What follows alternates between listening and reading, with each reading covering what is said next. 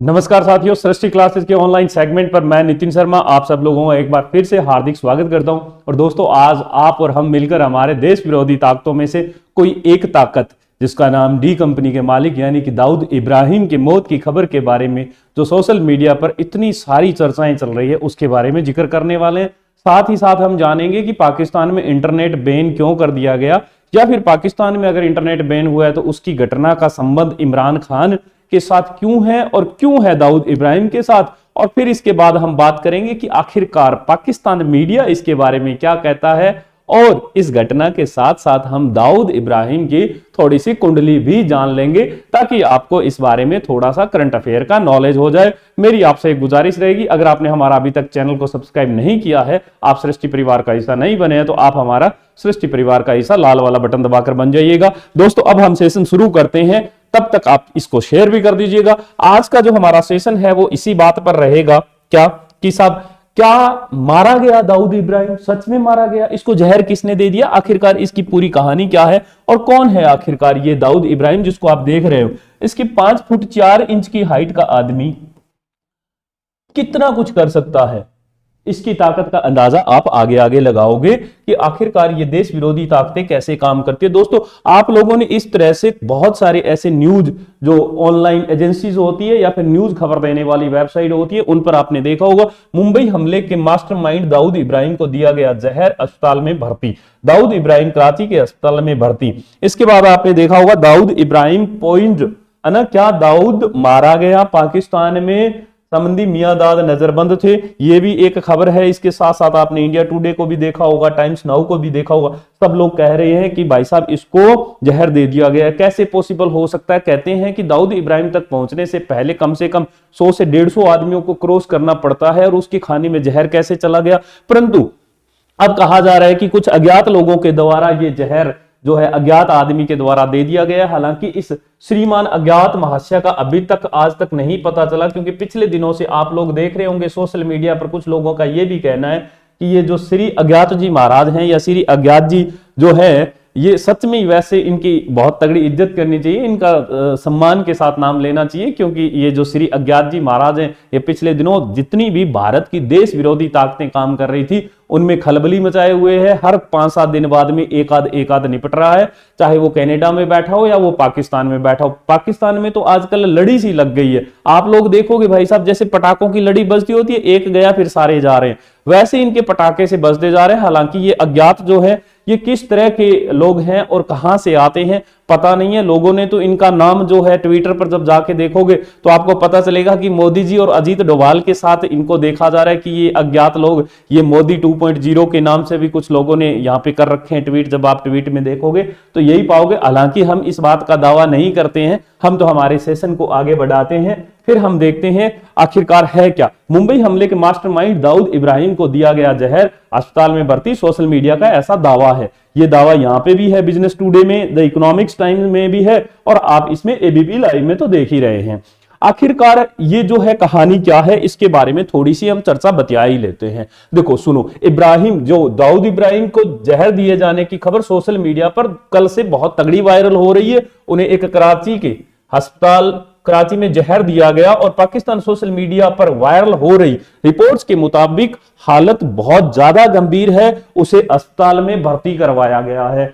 हालांकि दाऊद को जहर दिए जाने की खबरों की पुष्टि नहीं हुई है, अभी तक कोई ऐसा ऑफिशियल नहीं है। बताया जा रहा है कि अस्पताल में दाऊद भर्ती है, वहां कड़ी सुरक्षा है, और जिस फ्लोर में दाऊद को भर्ती किया गया, एडमिट किया गया, उस फ्लोर में कोई और जा नहीं सकता, इतनी कड़ी सुरक्षा है। सिर्फ अस्पताल अधिकारियों और उनके करीबी परिवार के सदस्यों को ही उस मंजिल तक पहुंचाया जाता है, ऐसा पाकिस्तानी कुछ रिपोर्ट्स का दावा है, ये हम कह सकते हैं। अब हम थोड़ा सा आगे चलते हैं।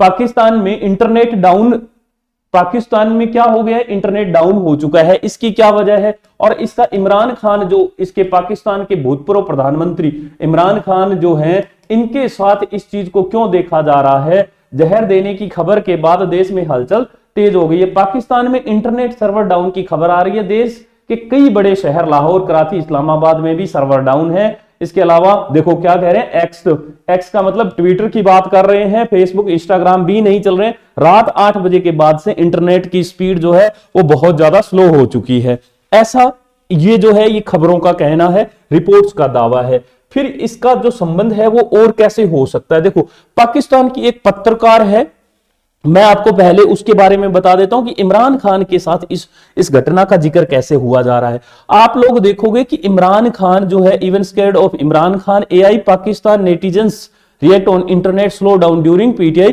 Virtual meet. कहानी यह है कि आपको पता होगा कि पाकिस्तान के जो पूर्व प्रधानमंत्री अगर इमरान खान की बात करें तो अभी उनको जेल में डाला गया है, वो जेल में पड़े। तो इनके जो फॉलोअर्स हैं, इनके पार्टी के जो लोग हैं, उन्होंने एक वर्चुअल ऑनलाइन रैली निकालने का एक समय और ये तय किया था कि इतने बजे से हम ऑनलाइन करेंगे ये जो रैली है और सारे के सारे इंटरनेट पे आएंगे और इस तरह के हैशटैग चलाएंगे। तो वहां पर जो अभी उनको कंट्रोल करने वाली जो पावर है, सेना जो है, उन्होंने क्या कर दिया है कि पाकिस्तान के अंदर इंटरनेट डाउन कर दिया है। इस इंटरनेट स्लो डाउन करने की घटना का जिक्र अगर हम बात करें, हो सकता है कि यह भी खबर ठीक हो अपनी जगह और हो सकता है कि वो भी खबर ठीक हो, परंतु वहां का मीडिया क्या कह रहा है इस बारे में, क्या इमरान खान की इस ऑनलाइन रैली के चलते इंटरनेट को स्लो डाउन किया गया या दाऊद को जहर दे दिया गया और वो अस्पताल में भर्ती है, इस चक्कर में इंटरनेट को स्लो डाउन किया गया, आप ये देख लीजिएगा। पहले हम थोड़ा सा इस पर बात कर लेते हैं। ये देखो यहां का जो है, ये एक कोई पत्रकार है आरजू काजमी ने कहा, सुनने में आ रहा है कि दाऊद इब्राहिम को किसी ने जहर दिया, उसके बाद उसकी तबीयत खराब हुई, उसकी हालत काफी खराब है, उसको कराची के हॉस्पिटल में रखा गया है। और ये खबर भी जो है कहीं ना कहीं सोशल मीडिया में गर्दिश कर रही है, कहां तक ठीक है मालूम नहीं, लेकिन एक बात इस ओर इशारा, ध्यान से सुनना दोस्तों, इशारा कर रही है कि दाल में कुछ काला है। पाकिस्तान में सोशल मीडिया और इंटरनेट का सर्वर डाउन कर दिया गया है, दाल में कुछ काला है, ये वहां की मीडिया जो है आरजू काजमी पत्रकार उसने कहा है। तो इसके बारे में क्या है कि कहानी ये है मोटा माटी कि क्या दाऊद इब्राहिम निपट गया है, क्या अस्पताल में कुछ गड़बड़ हो चुकी है। तो दोस्तों अब हम थोड़ा सा इनके बारे में जान लेते हैं कि ये जो है 5 फुट 4 इंच का आदमी, इसने कैसे मुंबई में अगर हम बात करें तो बहुत बड़े बड़े ब्लास्ट कर दिए और 1993 में इसने ये घटना घटाई थी। और साथ में मैं आपको ये भी बता दूं दोस्तों कि 1992 में बाबरी मस्जिद विध्वंस वाला वो कांड हुआ था। वहां पर जो कहते हैं कि जो सनातन धर्म के फॉलोअर हैं वो जाकर राम जन्मभूमि को लेकर वहां की बाबरी मस्जिद को तोड़ते हैं, उसको विध्वंस करते हैं। और उसके बाद अगर मैं आपको कहूं 1993 में उसी की प्रतिक्रिया में कहते हैं ऐसा कि 1993 में ये खूब सारे बम विस्फोट हुए थे। और मैं बता दूं आपको, भारत की व्यावसायिक राजधानी कहे जाने वाले मुंबई में तकरीबन 30 साल पहले यानी 1993 23 में आप जी रहे हैं अभी, एक के बाद एक बम धमाकों में 257 लोगों की तो मौत हुई थी और 700 से ज्यादा लोग घायल हुए थे। अगर हम बात करें कि मुकदमे के दौरान सरकार की ओर से रखे गए पक्ष में दलील दी गई थी, संभवतः इन धमाकों को मुंबई में साल भर पहले हुए दंगों की प्रतिक्रिया यानी कि 1992 की जो मैं बता रहा हूं ना प्रतिक्रिया के तौर पर अंजाम दिया गया है, यह सरकार की तरफ से पक्ष रखा गया। 1992 में बाबरी मस्जिद विध्वंस के बाद मुंबई में हुए दंगों की बड़ी संख्या में मुस्लिमों की मौत हुई थी। इन दंगों के सिलसिले में मुंबई और उसके आसपास के इलाकों में एक लगातार बम विस्फोट हुए थे जिसमें दाऊद का हाथ था। और कहते हैं कुछ ऐसी मीडिया रिपोर्ट्स कि इन बम धमाकों से पहले ही दाऊद यहां से जा चुका था, भारत छोड़ चुका था, उसके बाद यह सारा घटनाक्रम हुआ था। अमेरिका ने भी दाऊद इब्राहिम को विश्व स्तरीय आतंकवादियों के समर्थकों की सूची में डाल रखा है। 2003 में तैयार लिस्ट के मुताबिक ये जो है अमेरिका का कहना है कि एक पुलिस कांस्टेबल के बेटे दाऊद इब्राहिम पिछले 2 दशकों में भारतीय अंडरवर्ल्ड के सबसे बड़े अपराधियों में से एक हैं, ऐसा अमेरिका का मानना है। दूसरा देखो इसमें एक और इन पे हम चर्चा देख लेते हैं। इस सूचना में कहा गया कि वो नशीली दवाओं की तस्करी में शामिल रहे हैं और उन्होंने भारत में विरोधी इस्लामिक चरमपंथी समूह लश्कर तैयबा को आर्थिक सहायता भी पहुंचाई है। कभी हम फिर सेशन लेंगे इस लश्कर ये जो तैयबा है इसके बारे में जरूर चर्चा बतियाएंगे। अमेरिकी वित्त मंत्रालय के मुताबिक दाऊद इब्राहिम और पूर्व अलकायदा प्रमुख ओसामा बिन लादेन के बीच में भी लेन देन होता रहा है। और साथ में अगर हम बात करें और मुंबई अपराध सरगना में 1990 के दशक में तालिबान की देखरेख में अफगानिस्तान की यात्रा भी इसने की थी। अब हम थोड़ा सा इसके बाद इसकी थोड़ा सा पुरानी घटनाओं के बारे में कि ये कहां से है दाऊद इब्राहिम और कौन है और कैसे गैंग में आया। तो करीम लाला नाम का एक पश्तून था दोस्तों। ये 1960 के दशक की बात होगी, जब ये क्या है कि हीरे का और जवाहरात का कारोबार करने के लिए भारत में आया था और दो नंबरी कारोबार करना था, हवाला का काम था। तो जब ये करीम लाला यहां पर पहुंचा तो भारतीय जांच एजेंसी अधिकारियों के मुताबिक दाऊद इब्राहिम का जन्म महाराष्ट्र के रत्नागिरी शहर में हुआ।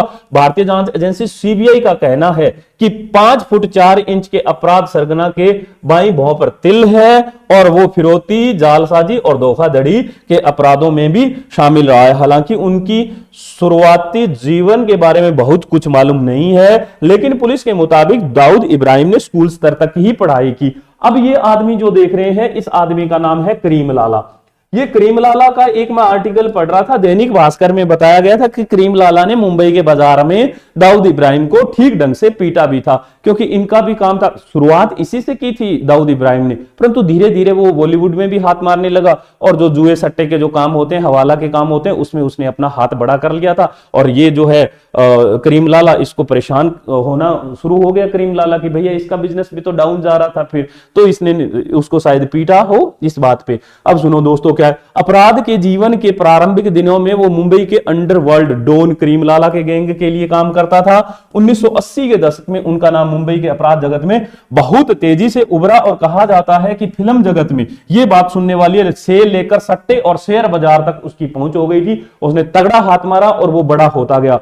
भारत छोड़कर भाग गया बाद में वो, लेकिन पुलिस के मुताबिक दाऊद इब्राहिम विदेश में बैठा हुआ भी भारत में कई वारदातों को अंजाम देने का हुक्म देता रहा है।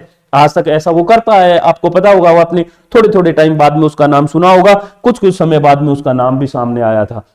यह है दाऊद इब्राहिम की बात है। तो हमने ये पूरा सेशन किया दोस्तों, और देखो दाऊद इब्राहिम हो या हमारे देश की कोई भी देश विरोधी ताकत हो, उनका निपटना तय है, क्योंकि आगे आने वाला जो हमारा भारत देश है, जो सुपर पावर बनने की ओर हम आगे बढ़ रहे हैं, तो बिल्कुल हम हमारे दुश्मनों को नहीं छोड़ने वाले हैं। और ये सारे दुश्मन ठीक ढंग से तरीके से बिल्कुल एकदम प्यार से ठिकाने लगाए जाएंगे, ऐसी उम्मीद के साथ हम आगे बढ़ते हैं। और मुझे उम्मीद है ये सेशन भी आपको बहुत पसंद आया होगा। अगर ये सेशन पसंद आया तो आप हमारा चैनल सब्सक्राइब कीजिएगा, और आपने अगर हमारा टेलीग्राम या चैनल, ये हमारा लोगो है जहां पे आपको दिखे सृष्टि नौहर के नाम से, ये हमारा सब्सक्राइब करना, और साथ में आप हमारा टेलीग्राम चैनल सृष्टि क्लासेस नौहर के नाम से भी है, वो भी करना। इंस्टाग्राम, फेसबुक आईडी पर हर संभव हम रहते हैं। इसके लिए बहुत बहुत शुक्रिया, जो आपने धैर्य बना के रखा, बहुत बहुत धन्यवाद, बहुत बहुत शुक्रिया।